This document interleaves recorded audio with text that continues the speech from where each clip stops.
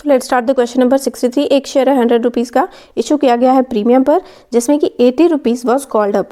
तो 80 रुपीज़ में प्रीमियम भी इंक्लूड है, दैट मीन्स 10 रुपीज़ अगर प्रीमियम का इंक्लूड है तो 70 रुपीज़ जो है वो इस 100 रुपीज़ में से कंपनी ने कॉल्ड अप अमाउंट है सब, राइट।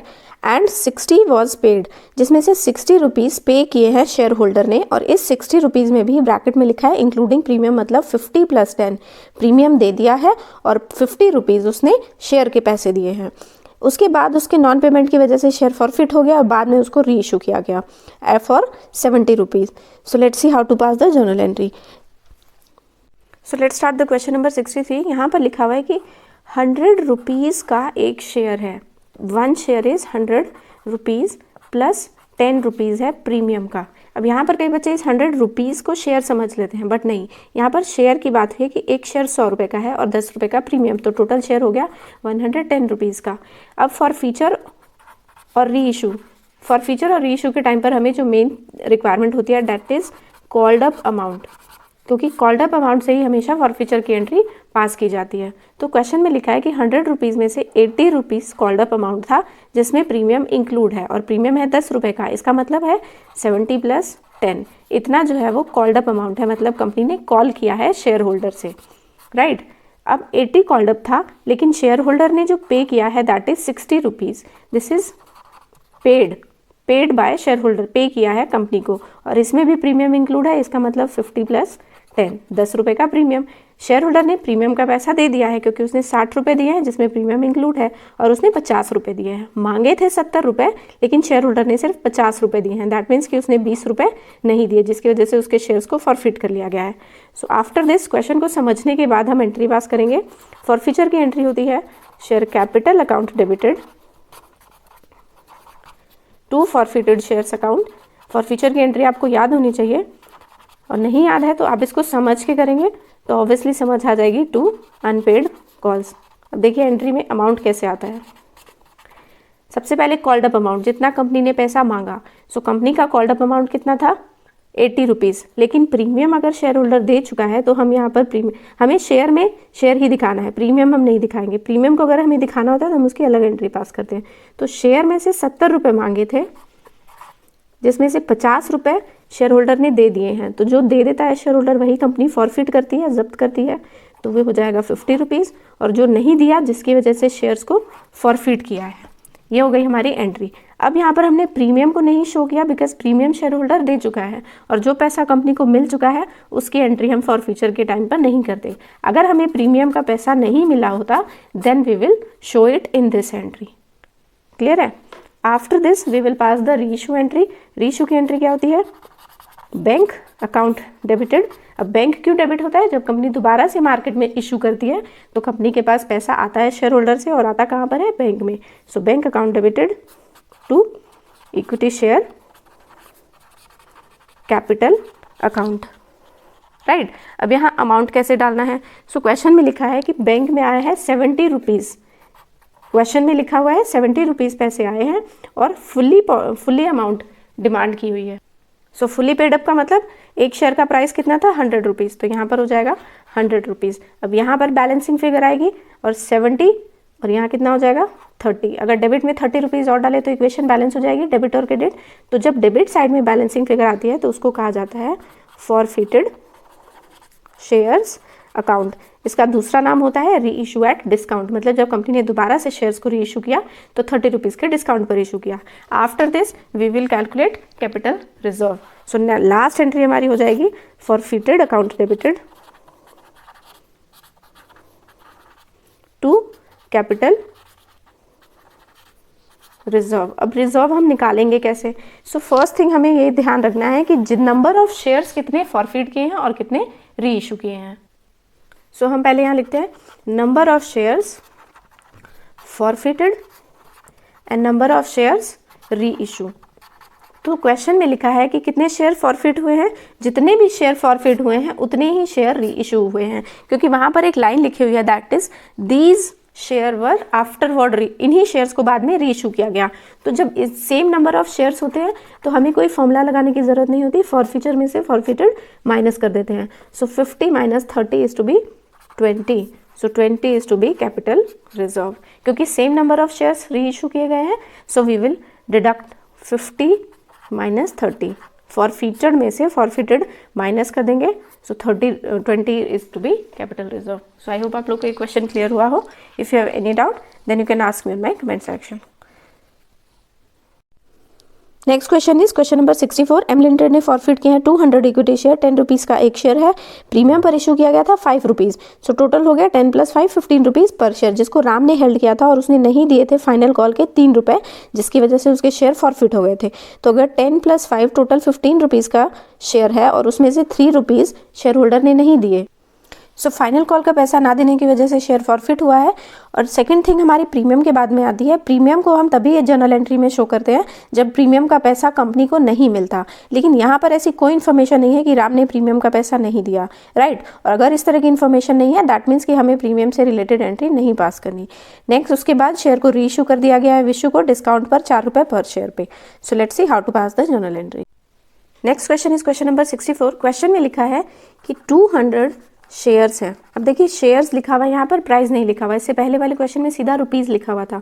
सो 200 शेयर है, 10 रुपीज़ का एक शेयर है, 5 रुपये का प्रीमियम है। क्वेश्चन में जितना लिखा है हम उतने की ही बात करेंगे। After this information which given is कि 3 rupees is not paid by the share holder, 3 रुपये शेयर होल्डर ने पे नहीं किए हैं।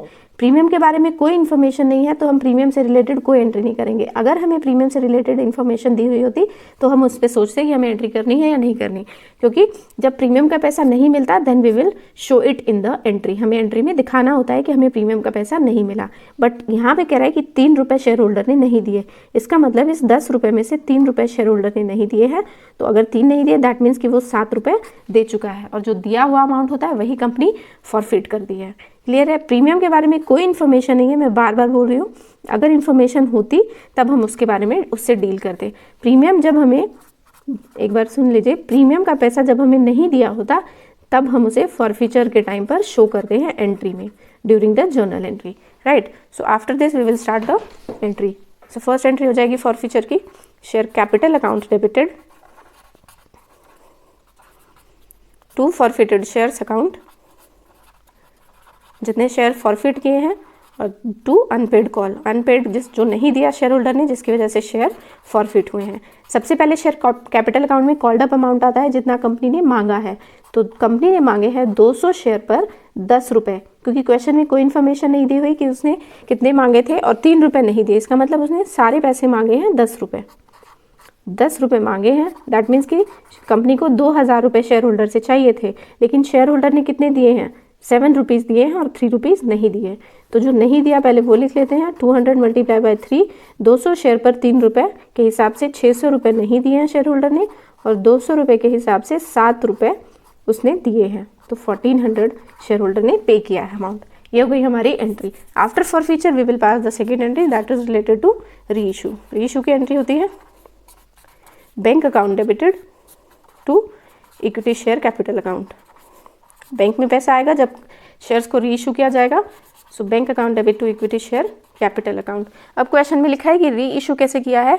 100 शेयर्स को री इशू किया है, 100 शेयर्स को री इशू किया है, और क्वेश्चन में लिखा है कि 4 रुपये के डिस्काउंट पर री इशू किया है। तो पहली चीज़ तो यहाँ पर कि कॉल्ड अप अमाउंट टोटल होगा, राइट। तो कॉल्ड अप अमाउंट जो स्टार्टिंग में फॉर फीचर के टाइम पे एक शेयर का प्राइस था दैट इज 10 रुपीज़, तो वो हो जाएगा यहाँ पर 1000 रुपये। अब 4 रुपये का डिस्काउंट, इसका मतलब 10 रुपये में से अगर 4 रुपये का डिस्काउंट है तो बाकी कितना बचा, 6 रुपये। तो 600 रुपये के हिसाब से 6 रुपये के हिसाब से 600 रुपये कंपनी ने रिसीव किए हैं, और डिस्काउंट यहाँ पर आता है that is forfeited shares account. इसको कहा जाता है री इशू एट डिस्काउंट।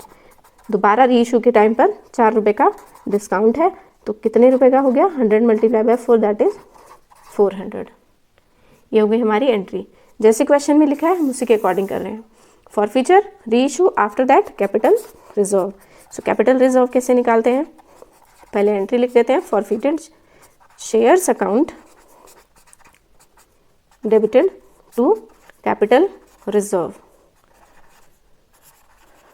अब देखिए यहाँ कैपिटल रिजर्व निकालना कैसे है, इसको यहाँ ज़रा वर्किंग नोट में समझते हैं। देखिए क्वेश्चन में, अगर मैंने पहले भी क्वेश्चंस में बताया है कि अगर number of shares forfeiture and number of shares reissue different होते हैं then we have to calculate it with the help of formula, right. अगर अदरवाइज अगर यहाँ पर सेम नंबर ऑफ फॉरफीचर और री इशू होते तो हम सीधा फॉरफिटेड में से फॉरफिटेड माइनस कर देते, बट यहाँ 200 शेयर फॉरफिट किए हैं कंपनी ने, लेकिन री इशू किए हैं सिर्फ 100 शेयर्स।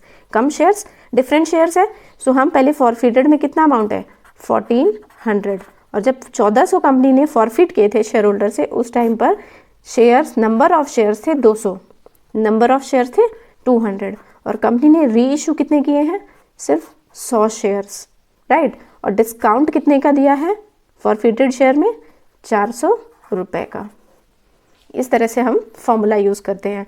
सो आफ्टर दैट 2 7 ज़ा 14, सो 700 minus 400 that is 300 is the capital reserve. एक बार फिर से फॉर्मूले को देखिए, जब भी नंबर ऑफ शेयर्स डिफरेंट होते हैं तो फॉरफिटेड नंबर अमाउंट 1400 रुपये कंपनी के पास आए थे, उस टाइम पर कंपनी ने 200 शेयर फॉरफिट किए थे, नंबर ऑफ शेयर्स आ गए multiply by number of shares at the time of reissue. Reissue के टाइम पर कितने शेयर्स थे 100 minus discount, reissued at discount. So I hope आप लोग को ये क्वेश्चन भी क्लियर हुआ हो। If you have any doubt then you can ask me on my comment section. Thank you. Next question is question number 65। VT limited ने forfeit किए 200 shares, 10 rupees का एक शेयर है, प्रीमियम पर इशू किया गया है, जिसको मोहन ने हेल्ड किया था और उसने नहीं दिए हैं फाइनल कॉल के 3 रुपये, राइट। अब अगर यहाँ 3 रुपये की बात हो रही है और प्रीमियम के बारे में कोई इन्फॉर्मेशन नहीं है, इसका मतलब प्रीमियम का पैसा शेयर होल्डर दे चुका है, क्योंकि जब भी हमें पैसे नहीं मिलते तो क्वेश्चन में भी मेंशन होगा कि हमें पैसे नहीं मिले and we have to pass the journal entry. अगर पैसा मिल चुका है तो फॉरफिट करने का कोई मतलब ही नहीं है। सो 10 रुपीज़ में से 3 रुपीज़ नहीं दिए हैं और 7 रुपीज़ शेयर होल्डर दे चुका है। इसका मतलब ये है आफ्टर दैट 100 शेयर को री इशू किया गया है नरेंद्र को 4 रुपये डिस्काउंट पर। So let's see how to pass the journal entry. Next question is question number 65। Company ने कहा है 200 शेयर थे, एक शेयर था 10 रुपये का, 5 रुपये का प्रीमियम, राइट। नेक्स्ट जो क्वेश्चन में इन्फॉर्मेशन दी है कि फाइनल कॉल 3 रुपये का शेयर होल्डर ने नहीं दिया है, क्लियर है। तो अगर 10 रुपये में से 3 रुपये नहीं दिए दैट मीन्स कि वो 7 रुपये शेयर होल्डर दे चुका है। नेक्स्ट प्रीमियम के बारे में कोई इन्फॉर्मेशन नहीं है, सो हम प्रीमियम से रिलेटेड कोई एंट्री पास नहीं करेंगे। After that we will pass the forfeiture entry. Forfeited entry होती है share capital account debited to forfeited shares account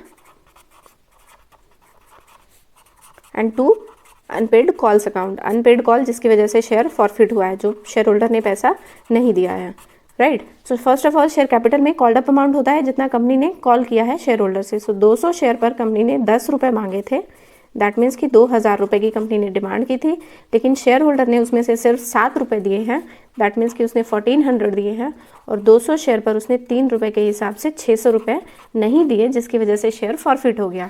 this is the forfeiture entry. After that we will pass the reissue entry. Reissue में आता है bank में पैसा आएगा, so bank account debited to equity share capital account, right. अब bank में पैसा आया कितना है, सो फर्स्ट थिंग क्वेश्चन में लिखा है कि कंपनी ने री इशू किए हैं 100 शेयर्स, 100 शेयर री इशू किए हैं। देखिए यहाँ नंबर ऑफ शेयर चेंज हो गया, फॉरफिट किए थे 200 शेयर, लेकिन री इशू किए हैं कंपनी ने सिर्फ 100 shares, right. After that we have information is कि डिस्काउंट दिया है 4 रुपये का। तो यहाँ पर पहले तो फुली कॉल्ड अप अमाउंट होता है, तो फुली कॉल्ड अप अमाउंट जो पहले फॉरफीचर के टाइम पर एक शेयर का प्राइस था दैट इज 10 रुपीज़, सो यहाँ पर आ जाएगा 1000 रुपये, राइट। और अगर 10 रुपये में से 4 रुपये का कंपनी डिस्काउंट दे रही है तो बैंक में पैसे मांगे कितने होंगे, 6 रुपये के हिसाब से पैसा आया होगा, सो 600। और री इशू एट डिस्काउंट यहाँ पर आता है डेबिट साइड में, सो फॉरफिटेड शेयर्स अकाउंट डेबिटेड 4 रुपये का डिस्काउंट है ना, तो ये री इशू एट डिस्काउंट ही, इसका दूसरा नाम होता है री issue at discount. That means कि 100 × 4 400 रुपये का डिस्काउंट है और 600 रुपये कंपनी ने मांगे हैं। आफ्टर दैट कंपनी ने कैपिटल रिजर्व, उसका कैपिटल रिजर्व कितना हुआ, so we have to calculate this. So पहले एंट्री पास कर लेते हैं। एंट्री होती है forfeited shares account debited to capital reserve.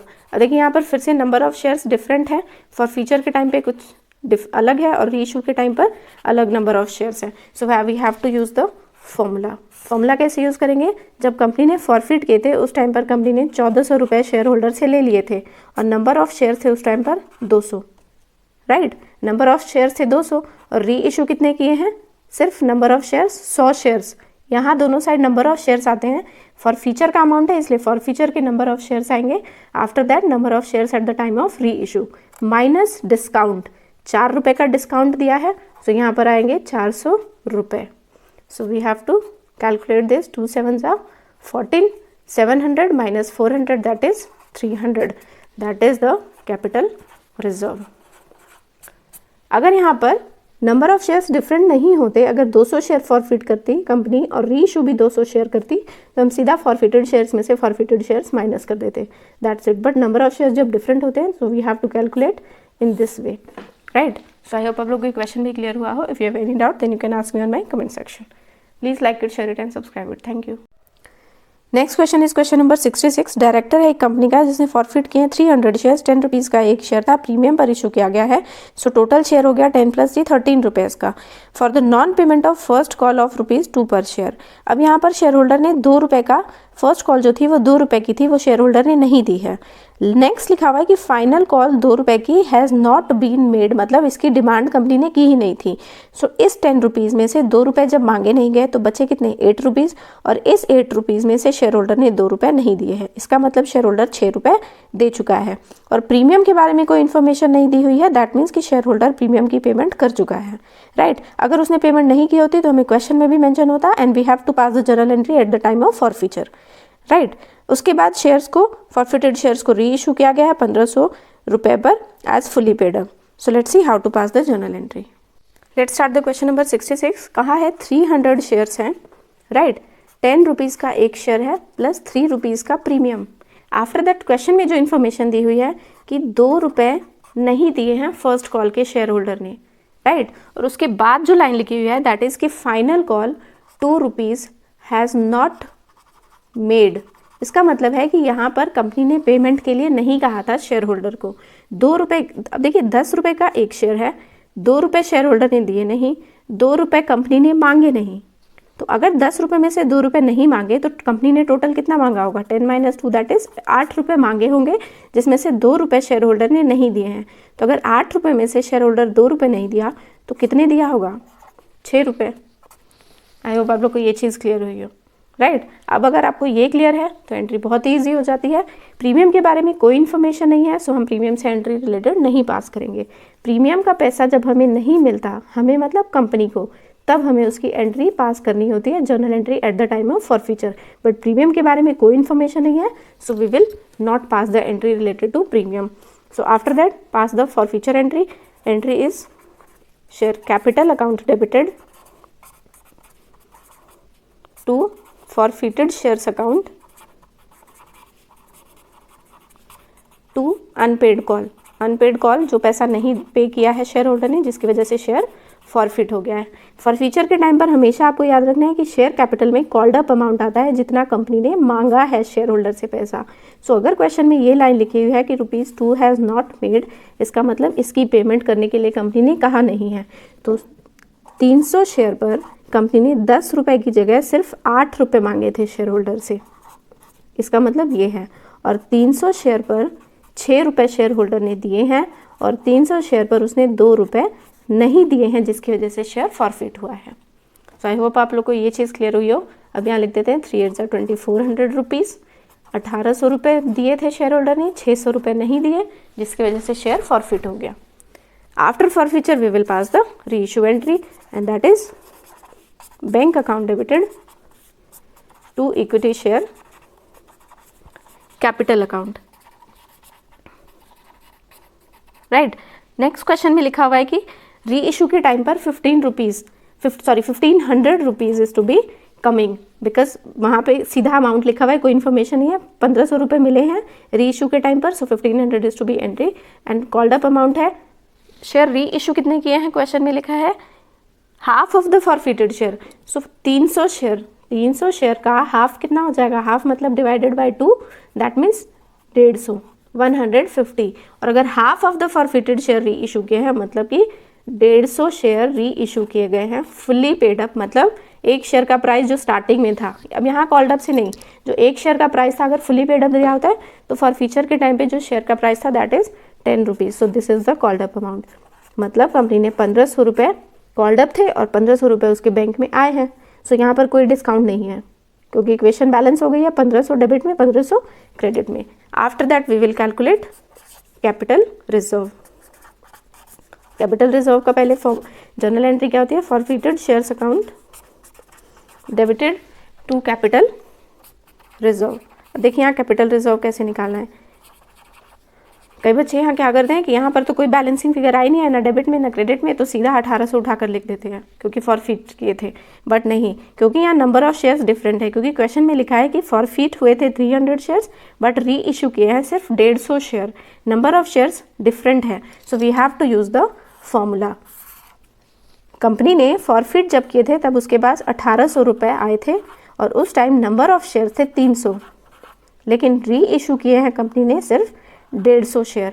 तो ये तो हमारा कैपिटल रिजर्व कभी नहीं हो सकता, क्योंकि नंबर ऑफ शेयर जब डिफरेंट होते हैं तो ये सीधा अमाउंट लिख ही नहीं सकते आप, लॉजिक ही नहीं बनता। सो अब इसको सॉल्व कर लेंगे। माइनस कुछ नहीं करेंगे बिकॉज यहाँ री इशू एट डिस्काउंट कुछ भी नहीं है, राइट। सो माइनस कुछ भी नहीं होगा बिकॉज यहाँ कोई बैलेंसिंग फिगर नहीं आई। आफ्टर दैट 3 6 जा 18, 6 15 6 जा 900। सो 900 is the capital reserve. So I hope आप लोग को ये चीज़ क्लियर हुई हो। If you have any doubt then you can ask me on my comment section. So please like it, share it and subscribe it. Thank you.